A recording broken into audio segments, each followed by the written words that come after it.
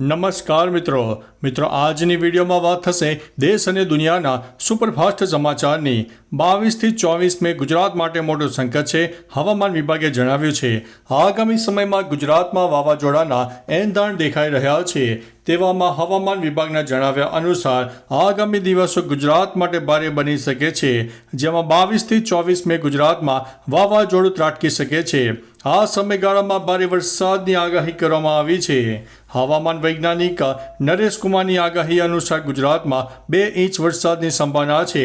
તેમજ વાવાઝોડું ગુજરાતને ટચ કરીને પસાર થશે અને કેરળમાં 25 મે પહેલાં ચોમાસું પણ બેસી શકે છે.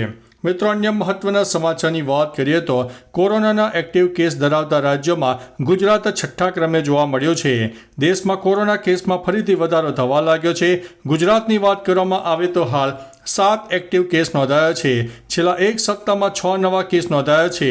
દેશમાં હાલ સૌથી વધુ એક્ટિવ કેસ હોય તેવા રાજ્યોમાં કેરળ 95 સાથે મોખરે જોવા મળ્યું છે. તામિલનાડુ 66 સાથે બીજા ક્રમે, મહારાષ્ટ્રમાં 56, કર્ણાટકમાં 13, પોંડિચેરીમાં 10 અને 5માં અને ગુજરાત 6થા સ્થાને જોવા મળ્યું છે. સમગ્ર દેશમાં હાલ 257 એક્ટિવ કેસ નોંધાઈ ગયા છે. મિત્રો, અન્ય મહત્વના સમાચારની વાત કરીએ તો જ્યોતિના પ્રવાસનો ખર્ચ પાકિસ્તાન હાઈ કમિશને ઉઠાવ્યો. ધરપકડ કરાયેલા યુટ્યુબર જાસૂસ જ્યોતિ અંગે મોટા ખુલાસા થયા છે. જ્યોતિના પાકિસ્તાનના બધા પ્રવાસો પાકિસ્તાને સ્પોન્સર કર્યા હતા. પાકિસ્તાન પ્રવાસનો તમામ ખર્ચ પાકિસ્તાન હાઈ કમિશનમાં તૈનાત દાનિશે ઉઠાવ્યો હતો. પહેલગામ હુમલા પછી દાનિશ સોશિયલ મીડિયા દ્વારા પાકિસ્તાનની સારી છબી બતાવવાનો પ્રયાસ કરી રહ્યો હતો. આ માટે તે ભારતના ઘણા સોશિયલ મીડિયા ઇન્ફ્લુએન્સરનો ઉપયોગ કરી રહ્યો હતો. મિત્રો, અન્ય મહત્વના સમાચારની વાત કરીએ તો પંજાબમાંથી આતંકી મોડ્યુલનો પર્દાફાશ થયો છે. પોલીસે પંજાબના બટાલામાં એક આતંકવાદી મોડ્યુલનો પર્દાફાશ કર્યો છે. આ મોડ્યુલ પાકિસ્તાની ISI ના ઇશારે કાર્યરત હતું. પોલીસે આમાં સામેલ 6 લોકોની ધરપકડ કરી છે, જેઓ વિદેશમાં બેઠેલા આતંકવાદીઓ સાથે સીધા સંપર્કમાં હતા. આ લોકો બટાલામાં એક દારૂની દુકાનની બહાર ગ્રેનેડ હુમલો કરવા માંગતા હતા. પોલીસે સમયસર તે અટકાવી દીધો છે. એક આરોપી જતીન કુમારે પોલીસ ઉપર ગોળીબાર કર્યો અને બદલામાં તે પોતે પણ ઘાયલ થયો હતો. મિત્રો, અન્ય મહત્વના સમાચારની વાત કરીએ તો આખી પાકિસ્તાન ભારતની રેન્જમાં છે. ભારતીય સેનાએ કહ્યું છે કે ભારત પાસે પાકિસ્તાનના કોઈ પણ ભાગને નિશાન બનાવવા માટે પૂરતી શક્તિ છે. મીડિયા સાથે air defence chief lieutenant general Sumer ઇવાને કહ્યું છે કે જો પાકિસ્તાન આર્મી તેનું મુખ્ય મથક રાવલપિંડીથી ખૈબર પખ્તુનખ્વા ખસેડે તો પણ એ અમારી રેન્જમાં રહેશે. ઉલ્લેખનીય છે કે ઓપરેશન સિંદૂર બાદ પાકિસ્તાનની સેના તેનું મુખ્ય મથક રાવલપિંડીથી ખસેડવા ઉપર વિચાર કરી રહી છે. મિત્રો, અન્ય મહત્વના સમાચારની વાત કરીએ તો બેંગ્લોરમાં ભારે વરસાદથી હાઈટેક સિટીની હાલત ખરાબ થઈ છે. બેંગ્લોરમાં રાત પડેલા ભારે વરસાદના કારણે વિવિધ વિસ્તારો ખરાબ રીતે પ્રભાવિત થયા છે. રસ્તાઓ પર પાણી ભરાઈ ગયા છે. અનેક રહેણાંક વિસ્તારોમાં પાણી ગરકાવ થઈ ગયા છે. શહેરના કેટલાક વિસ્તારોમાં રસ્તાઓ પર હોડીઓ તરતી જોવા મળી છે. બેંગ્લોરનો માન્યતા ટેક પાર્ક તળાવમાં ફેરવાઈ ગયો છે.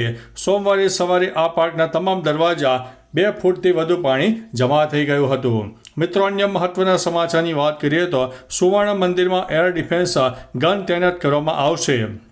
ભારત અને પાકિસ્તાન વચ્ચેના તણાવ વચ્ચે એક મહત્વપૂર્ણ નિર્ણય લેવામાં આવ્યો છે. પ્રથમ વખત સુવર્ણ મંદિરમાં એર ડિફેન્સ ગન તૈનાત કરવામાં આવશે. પાકિસ્તાને ઓપરેશન સિંદૂર દરમિયાન અમૃતસરના સુવર્ણ મંદિર એટલે કે ગોલ્ડન ટેમ્પલને પણ નિશાન બનાવવાનો પ્રયાસ કર્યો હતો અને આ પછી સુવર્ણ મંદિરના મુખ્ય ગ્રંથિએ પ્રથમ વખત સેનાને મંદિર પરિસરમાં હથિયારો તૈનાત કરવાની મંજૂરી આપી છે. મિત્રો, અન્ય મહત્વના સમાચારની વાત કરીએ તો ચોમાસા પહેલાં મેઘમહેર અને વાવાઝોડાની સંભાવના. હવામાન નિષ્ણાતોએ જણાવ્યું છે કે મે મહિનાના અંતિમ અઠવાડિયામાં ગુજરાતના અનેક વિસ્તારમાં 2 થી 4 ઇંચ સુધી વરસાદ પડી શકે છે. અત્યારે અરબી સમુદ્રમાં સર્જાઈ રહેલી સિસ્ટમ ડિપ્રેશન કે વાવાઝોડામાં ફેરવાઈ શકે છે. 22 મેથી 1 જૂન વચ્ચે કેટલાક વિસ્તારોમાં વાવણીલાયક વરસાદની શક્યતા રહે છે. હવામાન વિભાગે પણ આગામી દિવસોમાં છૂટાછવાયા વરસાદની આગાહી કરી છે. મિત્રો, અન્ય મહત્વના સમાચારની વાત કરીએ તો અમેરિકામાં હવે બીજાના અંગત ફોટા પોસ્ટ કરવા માટે ગુનો રહેશે. US રાષ્ટ્રપતિ ડોનાલ્ડ ટ્રમ્પ અને first lady take it down bill પર હસ્તાક્ષર કર્યા છે, જે રિવેન્જ ને અન્ય ગુનાહિત બનાવે છે.